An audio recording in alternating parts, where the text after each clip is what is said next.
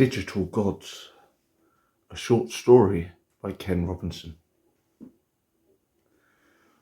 Ben scrolled his finger across the tablet. It was an ancient device, didn't even use TPS-T chips, telepathic software. But since the last power outage, it was the only remote digital unit he could access. The digital diagrams were not immediately obvious in their low-res, pixelated form, but he knew well enough what he was seeing. The angular features of the crowded server farm, the many archaically powered auxiliary generators still running on petrol, an expensive, unreliable fuel source at best. The hive-like formation of monitors outputting code in reams of nonsensical data, or at least nonsensical to those unenlightened. Ben saw the streaming numerals as more than a random consortium of digits, but as instructions. Instructions that controlled all other server units on the planet. As he had often tried to explain to his unenlightened parents, the core server, named for its position in the Earth, was essentially in control of all factors pertaining to the continuation of human existence. Its inventors had termed it the Human Preservation Program, or HPP. It was a series of code written to circumvent the laws of the universe and override the governing algorithms birthed at the genesis of the cosmos. It would, in theory, manipulate or perpetuate ideal weather conditions to ensure sustainable agriculture. It was set to alter the tidal effects of the moon's gravitational pull to better control oceanic activity. It was even meant to reconfigure Earth's orbit around the sun to reverse the costly effects of global warming. It had achieved most of this, and its semi-open-ended server networks had meant that Ben was able to contribute his own code in the race to improve on nature's grand design. Of course, now, with his own computers down, the coding had ceased, and the program to divert rain clouds would have to be put on hold. Still, there was something soothing about looking at the technological marvel that was the core server base, the hub of existence, the brain of the universe. "You in bed yet?" came an angry voice from behind the bedroom door. "I don't want you being cranky tomorrow because you didn't sleep." "I'm in bed," Ben lied, powering off the tablet and staring at the multiple high-rises populating the metropolitan skyline. The twilight sky, functioning under the diurnal cycle code, was painting the heavens mauve. He couldn't sleep now, not with the power down, not when his mind was racing with unwritten, unpublished, uncredited code. Suddenly the room shook. The tablet fell from his hands as several loose computer components joined it on the already cluttered floor.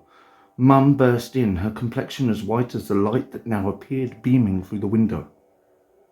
Ben watched on in horror as a woman who seconds earlier had moved with the speed and agility of a startled rabbit was stood statuesque, her frozen pose accentuating a final scream of agony. Her skin, especially along her arms and hands, was no longer white, but the brown and scabrous texture of bark, leaving her to rigidly resemble the leafless limbs of a long dead tree. Ben woke with a start. It was the same recurring nightmare, the same memory of Flare Day, which haunted all who lived to witness it. He could hear a loud dripping and looked up to see that the green rain had finally corroded a hole in the metallic panelling comprising the shelter's roof. Damn it. Kaylee would be out on a supply run and Fowler was of little use in this situation. He'd have to do a quick fix. Weld secondary panels to the compromised sections and check that none of the generators had been affected. It would be catastrophic if they couldn't power the air purification units or the water filtration systems, not to mention it would affect the recalibration of the Geiger counters that was so heavily relied on with the unpredictable atmospheric radioactivity. Any fatigue had lifted the moment Ben had mentally compiled the list of things to action.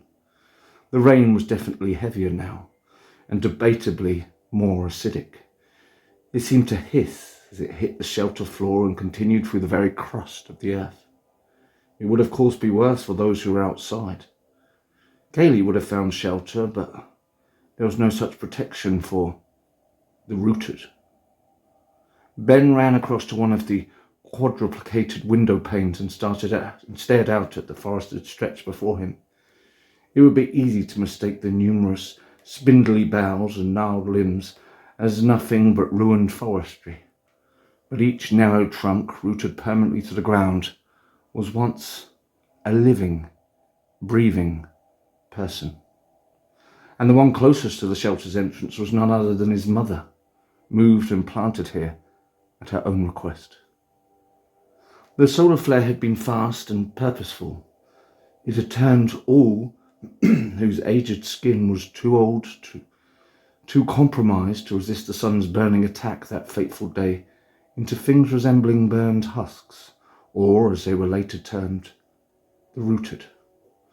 Due to the hard bark-like appearance of their flesh and inert quality of their limbs, only those under the age of 18 had survived, but not unscathed. Ben still suffered periodic migraines and something Kaylee had once described as psychic flashes, where, for the briefest of instances, she and many of the other surviving children could communicate to each other through the forest of the rooted. Flare Day had been almost 10 years ago. There were few buildings left standing, and most of the solar-radiated land had been turned into a bleak vista, peopled by those that made up a giant global forest. Parents, older siblings, uncles, aunties, granddads and grandmas, all rooted to the ground in postures reminiscent of their final moments. What was maybe worse was that they could all still talk and constantly bemoan their situation, urging those who had survived to find a cure and an end to their suffering. Though their faces had aged and creased, many beyond recognition, the skin of those who had escaped that fate did not seem to change. They did not grow older, and so they became colloquially known as children of the end. That bloody rain nearly got me, Kaylee cursed as she stripped out of her makeshift NBC suit and entered the small jury-rigged decontamination unit which fronted the shelter. Why didn't you radio me? Give me a heads up. It's not like you couldn't have predicted this. I was sleeping, sorry. Ben jumped down off the ledge, soldering iron in hand. At least the shelter should last a bit longer. Meteorological readings say there shouldn't be another green rain incident for a week or so. Well, whatever. Not like your computer readouts did me much good this time anyway. I got some more MRE packs from the military base. Won't taste great, but I fancy that over any animal contaminated by the rain. Where's Fowler? Ben shrugged. Wasn't here when I woke up. Great. You tried him on the comms? The stupid plunker's probably still looking for his big brother. Wouldn't be surprised if he's a puddle of skin on the floor by now. That's not funny. Ben moved across into the small comms room which separated the sleeping quarters from the rec room. A long panel of controls fronted a bank of monitors. Weather readings, radiation readouts, and a reconfigured sonar device designed to detect movement in the global forest all surrounded the comms unit. Ben picked up the mouthpiece. Delta 1-4, this is Eagle 6-8, do you copy, over? A carbonated crackle followed. Delta 1-4, this is Eagle 6-8, do you copy, over? Kaylee had joined Ben's side, her eyes moving across the readouts. This is Delta 1-4 receiving, over. Where the hell are you, Fowler? Ben shot Kaylee a glare. Don't use real names over the radio. What if the other groups are listening? Kaylee rolled her eyes. Whatever, man. Just triangulise his location or whatever you do, because it's unlikely he's going to know exactly where he is. Whole forest looks the same. I've just crossed the tech glades, over. Roger that, over and out. There you go, Ben said. 20 minutes and he'll be back. I knew you missed him. Shut your mouth, Kaylee said, punching Ben in his arm hard. That will be your face next time. Fowler returned with several pelts and a small rectangular device. Discarding the pelts at Kaylee's feet just to annoy her, Fowler passed Ben the device. Found it in the tech field. Thought you might be able to make sense of it. Ben still couldn't help but stare at Fowler's arms. He had been 17 on Flare Day, with just 3 months to his 18th. As a result, the infliction had hardened some of his skin, turning him into a kind of half-tree, half-man hybrid, a phenomenon Kaylee had jokingly called stiff wood syndrome. "It's a tablet," Ben said, "very similar to the one I used before." He stared pensively at the control panel. "It was in the tech glade, you say?" "Yeah, under all the mounds of junk. I actually found it under a catcher's mitt, of all things. It still had some residual power. Yeah, I might be able to do something with this, thanks." "Nerd," Kaylee said. Many hours later, as the wind howled outside the bunker, carrying the chorus of voices from the rooted into the night air, Ben sat about retrieving the contents of the tablet. It was redundant binary mainly, but some JPEGs of the core server were among the picture files. That was when Ben noticed something he had never seen before: a static data stream on the core server of the Hive monitors. To anyone else it would mean nothing, but as Ben used a substitution code and recalled one of the many now redundant universal programming languages, he could make out a message that horrified him to the core. It was not in fact a list of instructions, often the case as long-infected programmers left operating notes to assist in the continuation of Earth's primary functions, but a note, a singular journal entry which read thus: "This is it. There's no going back now. In trying to save the human race, we have doomed mankind. The orbital reconfiguration programming is sending us too close to the sun. The consequences will be dire. This is the end. Farewell." The note abruptly ended and was followed by small embedded codes for stratospheric protection, but nothing Ben hadn't seen before. "Don't you get it, guys? This explains everything." Kaylee and Fowler appeared bemused, bordering on uninterested.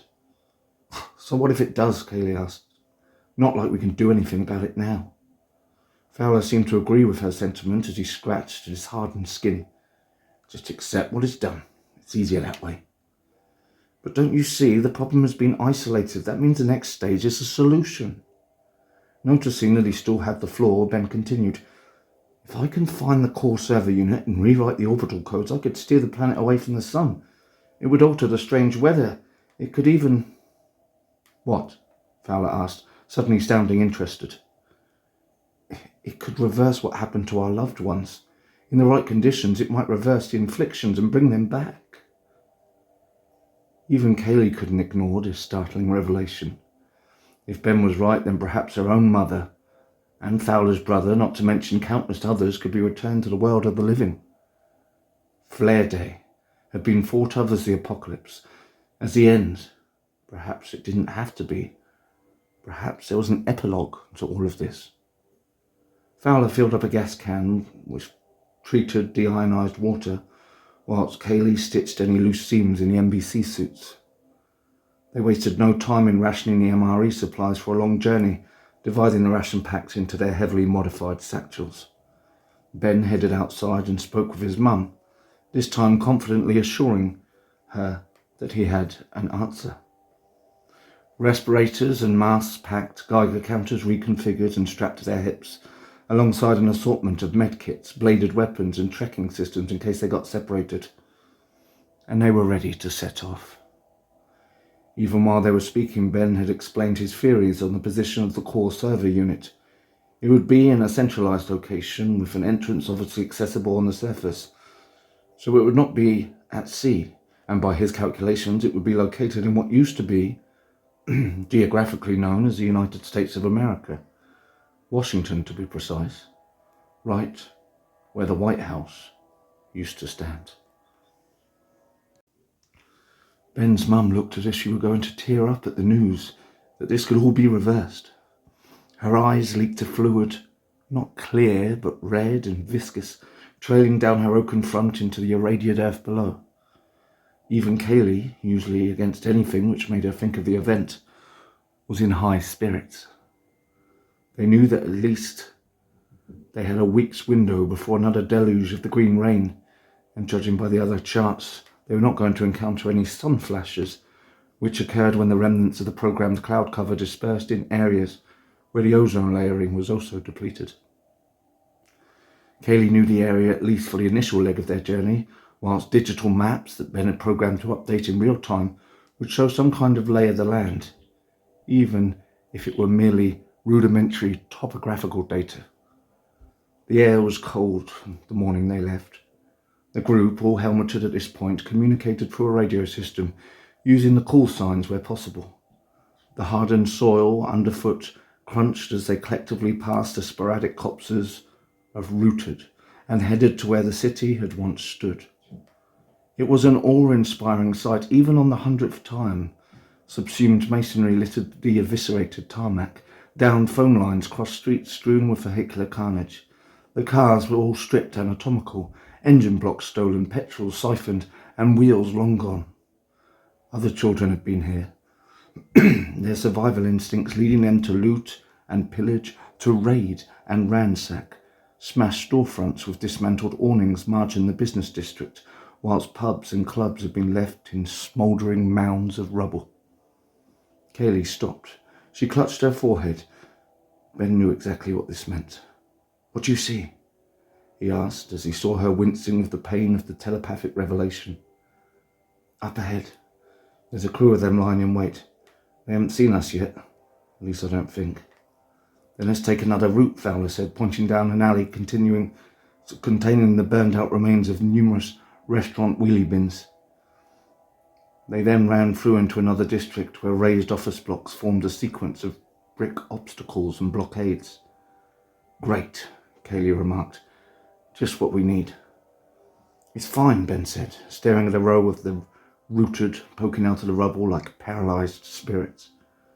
"There's farmland beyond the city. Less people in rural areas and less..." He pointed towards the stone obstructions. By the time they had reached the outskirts of the city, the natural day and night cycle, free of artificial program, had turned the sky into a navy blue and dispersed the clouds to reveal an enormous moon shining down like a cyclops' eye. Ben was exhausted when they reached the outskirts of the city. They agreed to rest by a copse of actual trees, devoid of faces and screams of anguish, and settled for the night, taking turns to look out. The garishly bright light issued through the window of the shaking apartment block and struck Ben's mother's face with such ferocity the light seemed to disperse over her features and burn into her skin. A moment later, only her eyes could move, as her skin became like petrified wood, covered in nodules and ridges of hard bark. Ben ran for help. Diving through the living room and out the door into the hallway, the building continued to shake, ceiling bulbs crashing to the floor and glass confetti.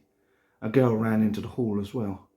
She couldn't have been more than 16, her hair unkempt as if someone had rubbed a balloon on her scalp. She had a large diamond earring which stood out in stark relief from her sooty face.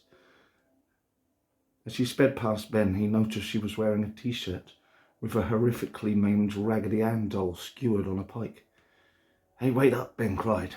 "Where are you going? What's happening?" "Darned if I know. I'm getting the hell out of here, though." She began descending a stairwell, taking 2 steps at a time. "Did you see the light?" Ben called after her. "Couldn't bloody miss it. Thing turned my mum into..." Ben wanted to reply, but his voice was lodged in his throat and he was finding it hard to keep up with her.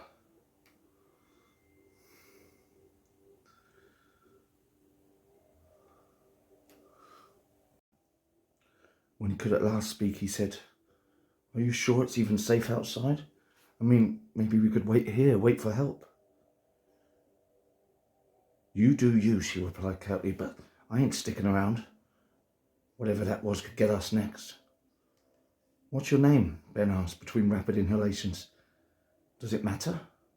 "Well, I'm following you, so it might come in handy." "Fine. It's Kaylee. When Ben awoke, it was to Fowler staring down at him. Mate, you're quite the snorer. It's your time to take watch. I want to get some kip. Ben looked up at the ominous moon, whose curdled light was spilling over the natural pathway, weaving between the cornfields and farmland. From this point he could make out the faint silhouettes of silos slanted over deserted barns and old cottages. He sat down by the small fire Fowler had managed to create and powered on the tablet. He had managed to find some old cell batteries in the shelter to prolong its lifespan. The owner had left some encrypted Word documents, but it was so basic to decipher that Ben was reading the first page within 20 minutes.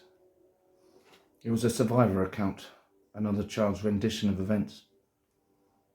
Ever since the light flashed from the headaches have got worse. Mum and Dad both turned. I'm not sure what to do. Before Dad turned, he was working on code. It made no sense at the time, but he was dead proud of it. He sent portions of it to me as a way of explaining what he was working on, but I'm no programmer. In layman terms, he was writing orbital code. Something about changing the trajectory of the Earth. He said it was all connected to some core server, but like I said, it means nothing to me. I'm relaying this just in case I meet someone who can make sense of it all. I don't want to forget anything he said to me. I don't know if it's connected to anything that's happened, but it doesn't take a genius to figure out that altering a planet's orbit is probably not a great idea. The entry stopped before several paragraphs of coding language filled the page. It was in the same language as Ben had seen on the core server hive monitors, but this time it was instructional. It was a means by which the poles, north and south, were being reconfigured to turn the axis of the Earth in an alternate direction.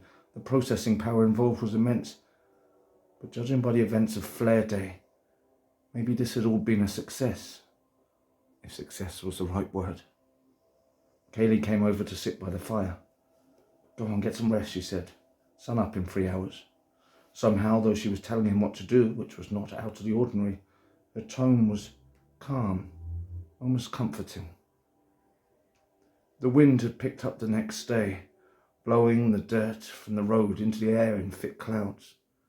Kaylee admitted several hours in that she had only ventured further down the farm, further than the farmlands, and couldn't recall what they were going to encounter next. Fowler was on edge as his rough skin had been irritating him, and although not subject to psychic flashes, he was convinced someone was following him. Towards evening, with the group walking the entirety of the day, the ground sloped down in what appeared to be a village, detached houses lining cobbled streets, and an ominous quietude pervading the place. Damn, this is surreal. It's like we're in England or something, Fowler remarked. Where the hell are we? He looked at Kaylee when he asked this. Beats me, but let's keep our guard. Where there's houses, there's most likely people looting, said houses. Ben's Geiger counter beeped loudly. I think we're entering a pocket of high radiation. Make sure you rely solely on the respirators here. The cobbled streets and flagstone sidewalks were particularly wide, made more noticeable by the sheer lifelessness of the place. It was like it had been frozen in time, but not this time. There were no technological trappings, no street-side servers, no phone charging ports or transport repair bays. It was almost medieval when compared to the scientifically advanced cities. Look, Ben said, pointing at an old parish, its lead roof still intact. Outside stood, as tall as the gravestones in the cemetery, were a number of rooted. They looked as if they had been quite a bit older when Flare Day had happened. Their postures were bent forward, their limbs gangly, and now they had the same curvature as a series of miniature weeping willows bent over the banks of a river. It's horrible, Ben remarked. Probably came out of church and bang, that happened. We all suffered, Kaylee interjected. I still maintain it's harder for those who weren't infected. We have to find ways to survive in a world that's quite frankly not survivable anymore. They at least don't need to eat or... How can you say that? Ben erupted, surprising even himself. I would never envy their situation, and nor should you. Damn it, how can you be so cold? It doesn't make sense. She's not being cold, Fowler interjected. She's hurting. We all are. We're going through the 5 stages of grief even though our loved ones aren't actually dead. Ben smiled despite himself. Well, Fowler, that has to be the most profound thing I've ever heard you say. I didn't think you had it in you. Fowler shrugged. Kaylee marched ahead, not wanting any part of this emotional nonsense. They had reached the coast by nightfall and figured they would have to redirect their travels inland if they were to reach their destination. They travelled the first half of the night, with the group arguing the validity of Ben's calculations, bearing in mind his map-reading software was proving less than accurate. Ben made a few rebuttals, but decided he was going to leave out the findings on the tablet, at least for now. Even he had to admit that the niggling doubts were growing larger.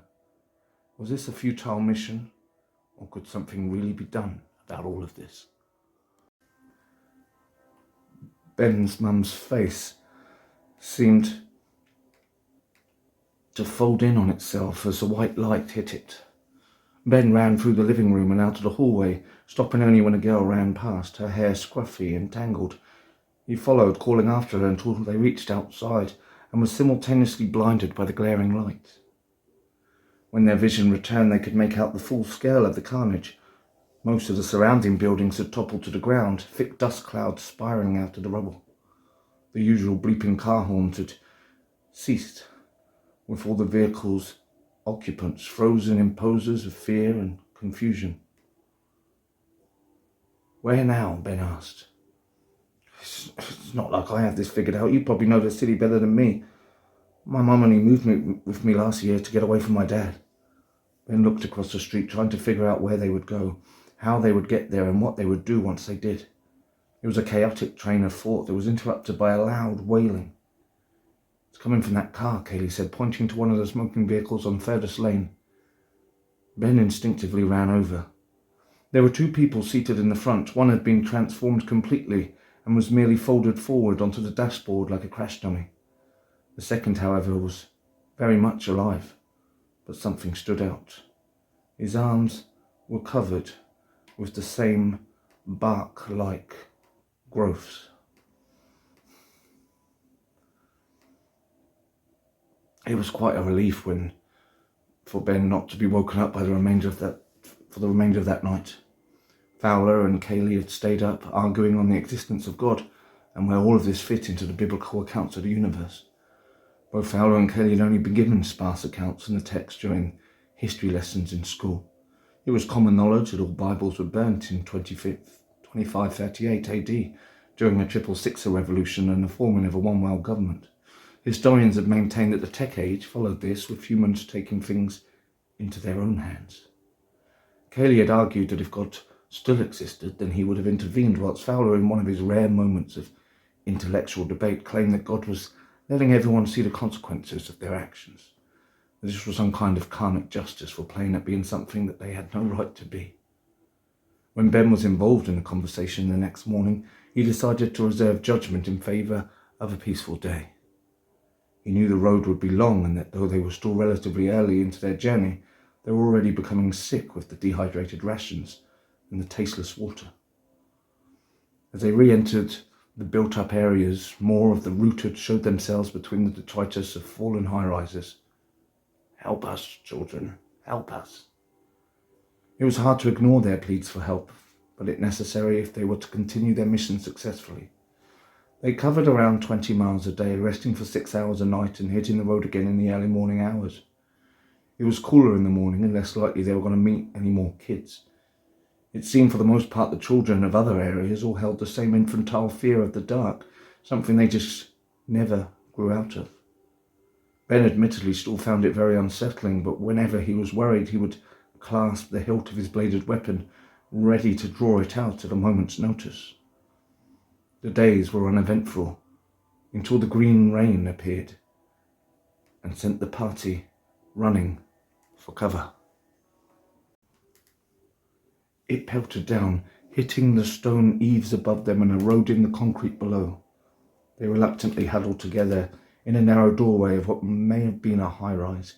They could not enter as the structure was roofless, the only protection coming from the stone protrusions at its entranceway. Ben watched as the green droplets cascaded down and burned through the bonnets of the cars and buses and formed fizzing pools on the road. "Screw this," Kaylee exclaimed. "We could be stuck here forever. Might as well be one of those tree things. It's not like we can move." Ben bit his tongue. He wasn't about to indulge her complaints, not today. Fortunately, the downpour lasted only 8 hours, which compared to the deluge back at the shelter was short-lived. The damage wrought, however, left them speechless. Had they been caught in it, even for a few seconds, their NBC suits would have been as useful as silk leotards. Even when they stepped out, they had to tiptoe between pooled areas where the rain had yet to corrode straight through the tarmac. It was a relief when, after a further 2 days of about 45 miles covered, the group saw signs reading Washington, D.C., 10 miles. The niggling doubt was usurped by the absolute need for this to be right. If they could locate the White House, find the entrance to the core server units, and hack into its central processor with new instructions to reset the polarity of the planet, then the orbit and everything adverse that came from altering it would be fixed. It sounded too good to be true, but Ben would be damned if he wasn't going to at least test this theory. Well, it wasn't like anything could get any worse. The White House was still standing. They couldn't believe it. Even the heavily manicured front lawn continued to look immaculate. But if Ben and company had thought they were just going to waltz straight in, they were sadly mistaken. Though all CIA and other Secret Service operatives had long turned into the rooted, a number of child soldiers had taken up the mantle of guarding the last bastion. Ben counted at least 10, each holding M16 rifles and patrolling the front and side entrances. "Oh, there's no way we're getting through there," Kelly whispered. "And I don't fancy our chances negotiating with them." "We won't need to," Fowler suddenly said. "We draw them out, simple distraction." "That would only result in being chased by 10 or more armed guards, unless you're suggesting..." Ben stopped himself as he clocked the sincerity in Fowler's face. "One of us is going to have to be the distraction, and I'm fully aware of what that means." "You can't. They'll shoot you on the spot. We know that no survivor group since Flare Day have ever trusted outsiders. They won't think twice before killing you.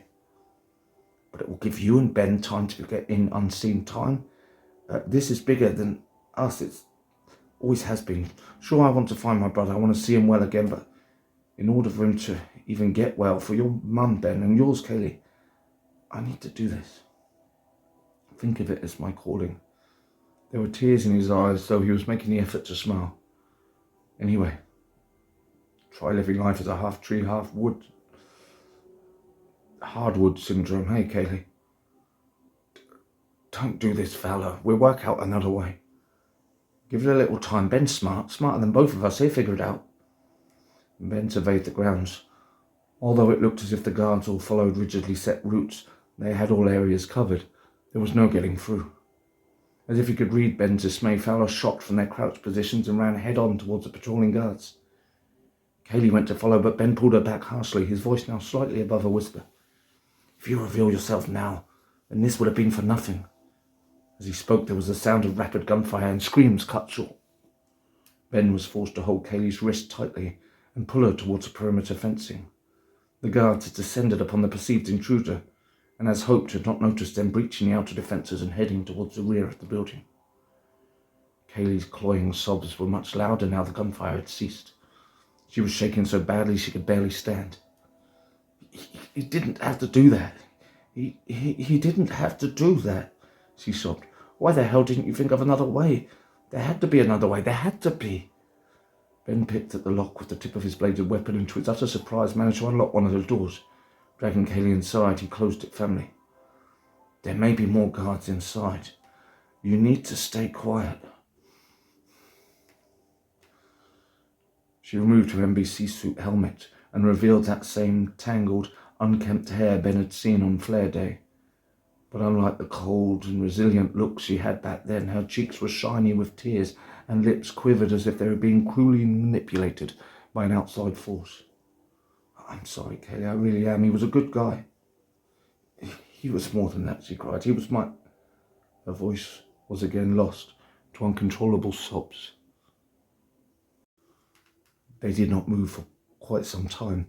Ben tried his best to console her, but his own guilt that not coming up with a full-term plan of action made it hard to formulate the words. Fowler had been with them from the beginning, and though he didn't process a psychic kinship, he was part of their family after the event. "Let's finish this for him," Ben said eventually. Kaylee looked as if she were going to argue, but as she managed to steady her breathing, she said in a hoarse voice, "Sometimes we would go out scavenging together, and he would tell me about what he and his brother would get up to. They were proper pranksters, but they were good people. Nothing that happened so far should have happened to them, not if there's still a God here, the way Fowler thought there was." "He was a deep thinker at times," Ben agreed. "Sometimes he'd surprise me with profound thoughts, seemingly out of nowhere. I've been a practical thinker, you see. I've never really been able to think in the abstract. But I know from the many nights we had in the shelter, Fowler was primed to do something great. And I believe that this was that thing. Let's finish it for him." Kaylee wiped her eyes. "I want this damn thing to be over. I want to see my mum again and everything to be back to how it was before." Ben led the way out to the room, his bladed weapon still unsheathed, his other hand gripping Kaylee's. If the core server unit entrance would be anywhere, it would be somewhere that the president had access to. He was, after all, the most powerful person on the planet, especially since presiding over America basically made one a top-ranking leader in the New World Order. Well, according to the long-established governmental hierarchy. History classes, at least those Ben's attended, had explained much of how a singular global government was still run by the leading economic, as well as a host of other factors, countries on the planet. He never knew this information would ever come into use until now, as he finally stood in the Oval Office, holding Kaylee's trembling palm in one hand and the fate of the world in the other. "I don't know what we're looking for," Kaylee said, pulling her hand away and surveying the ornately decorated interior. "I think it will be simple as a basement door." As Ben explained this, he stepped carefully on the carpeted floors, feeling and listening for any differences that might give away a concealed hatch. He was quickly losing hope when Kaylee trod in an area that squeaked. Using the bladed weapon, which had proven more than useful at this point, Ben sliced into the carpet, the blue material coming away to reveal exactly what he had hoped for, a concealed entranceway leading straight down. They wasted no time as they both entered the newly unveiled opening and found themselves descending a gradually sloping tunnel. Ice cube tray lighting ran the length of the slanting ceiling, whilst a network of intricately connected piping, dials and valve wheels occupied the walls left and right. "You okay?" Ben asked as they were nearly an hour into their descent. Kaylee shrugged. "It doesn't matter if I'm okay or not. Let's just do this." A second hour elapsed, and gradually the tunnels were getting hotter, despite several large aircon units occupying space between the arterial piping. "We must be near the core. I've seen plenty of labelled pictures of the server farms and hive monitors, so I'm hoping I'll be able to find what I'm looking for quick." Kaylee didn't reply, her head a million miles from this overheated subterranean tunnel system. The server room was much larger than Ben had imagined from the images he had often pored over. It was unreal to be stood here when it felt like only yesterday he was analysing low-res digital images of this place. The noise was deafening, like a perpetual thunder or a never-ending earthquake. Between the technological obelisks were a consortium of monitors, a veritable display of universal codes moving like neurons inside a giant brain. Ben ran to the nearest screen and tried explaining what he was seeing over the deafening din. "It's all here. Orbital trajectories, atmospheric composition regulators, tidal cycle manipulation codes." "But can you fix this?" Kaylee shouted. Ben typed into one of many lines of keyboards below the monitors. As he did so, he mumbled to himself, something he had often done when back home writing codes. "It's one of the original coding languages that superseded binary. The planet's polarity is expressed in conventional longitudinal and latitudinal coordinates. Spatial mathematics should make it possible to switch back the polarities, thus writing the axial positioning of the planet. When these things are off kilter, well, the train comes off the track, reset to how they were, and I can re-establish the original orbit. We'd be exactly where we need to be in relation to the sun." Kaylee watched distractedly, as all around them the servers and the generators buzzed and hummed like angry hornets. it may take a little time to notice the difference. The Earth is one big mass, and turning it in any direction, it's like turning an aircraft carrier around in the ocean. It's done gradually and carefully. There, I think that should do it. What now? Now we wait. Those other readouts will indicate whether any of this works. And if it doesn't, I'm not factoring an alternative to success, Ben replied bluntly. Not after all we've been through. The atmospheric nitrogen levels are rising closing to their 78%, along with 22% oxygen and trace amounts of CO2. The exterior temperature was rising, but just slightly, whilst readouts for the Earth rotation rate were right on track. Just then, one of the monitors flicked to a relay feed of the President stood in the Situations Room, surrounded by the Secretary of Defense and several CIA officials. Their skin was still spotted with the bark-like substance, but it was slowly fading away. Who am I speaking to? The President asked. Ben Walters, sir. Ah, and how old are you, son? I guess I'm around 23 now, maybe more. I lost count after Flare Day, sir. Yes, I quite understand. I want you to know, son, you've done a great thing here today. You've reversed a global catastrophe and ensured the well-being of all mankind. Who's that young lady by your side, son? It's Kaylee, sir. She helped me throughout. Kaylee forced a smile, though it was disingenuous at best.